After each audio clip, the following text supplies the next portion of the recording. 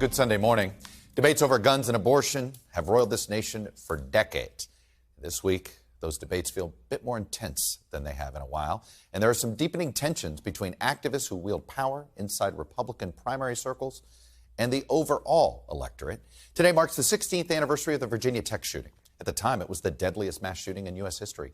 32 people were killed. Now, sadly, it's been surpassed by mass shootings in Las Vegas and Orlando.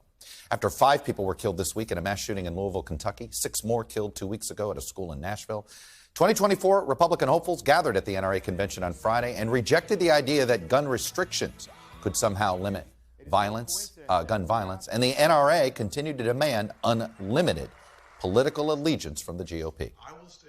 Gun-hating politicians should never go to bed unafraid of what this association and all of our millions of members can do to their political careers. The issue is not too many guns. The issue is too many thugs, hoodlums, and savage criminals on our street. Little Miss Addie, who is almost 2, I want to reassure you, she already has a shotgun and she already has a rifle. And she's got a little pony named Sparkles, too, so the girl is set up. A Gallup poll conducted before the Louisville and Nashville shootings showed 63% of Americans are dissatisfied with the nation's gun laws. But a majority of Republicans, 54%, are satisfied. And so far, that overall dissatisfaction number hasn't translated to the ballot box. Not a single pro-gun elected politician has been thrown out over the issue. But that's not true on abortion. Nowhere is the gap between the Republican base and the overall general electorate greater than on this issue, particularly after the overturning of Roe v. Wade. On Friday, the Supreme Court put a temporary hold on a lower court ruling on the abortion pill, while the court considers the Biden administration's request to preserve FDA approval of the drug. The state keeps the abortion pill widely available for now, with perhaps another decision expected by Wednesday to try to clear some of this up. Of course, in theory, with the Dobbs decision, the court thought it was sending abortion back to the states. Clearly, that is not the case. The Dobbs decision is not popular with the public. While 61% of voters disapproved of the court's decision to overturn Roe in a fall NBC News poll, 69% of Republicans approved of it.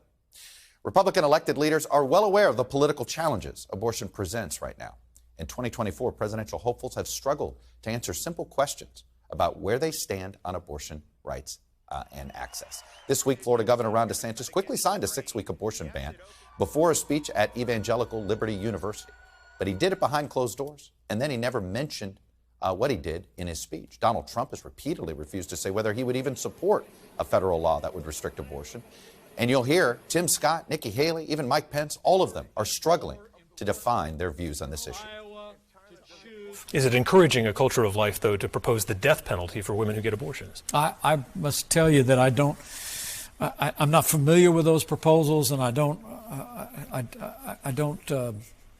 have a way of responding to that or confirming it. I would literally sign the most conservative pro-life legislation that they can get through Congress. Even if it was 6 weeks? I'm not going to talk about 6 or 5 or 7 or 10. I don't want unelected justices deciding something this personal. We're not going to let this be a political football. Let's let the states work this out. If Congress decides to do it, but don't get into that game of them saying how many weeks. No, let's first figure out what we agree on.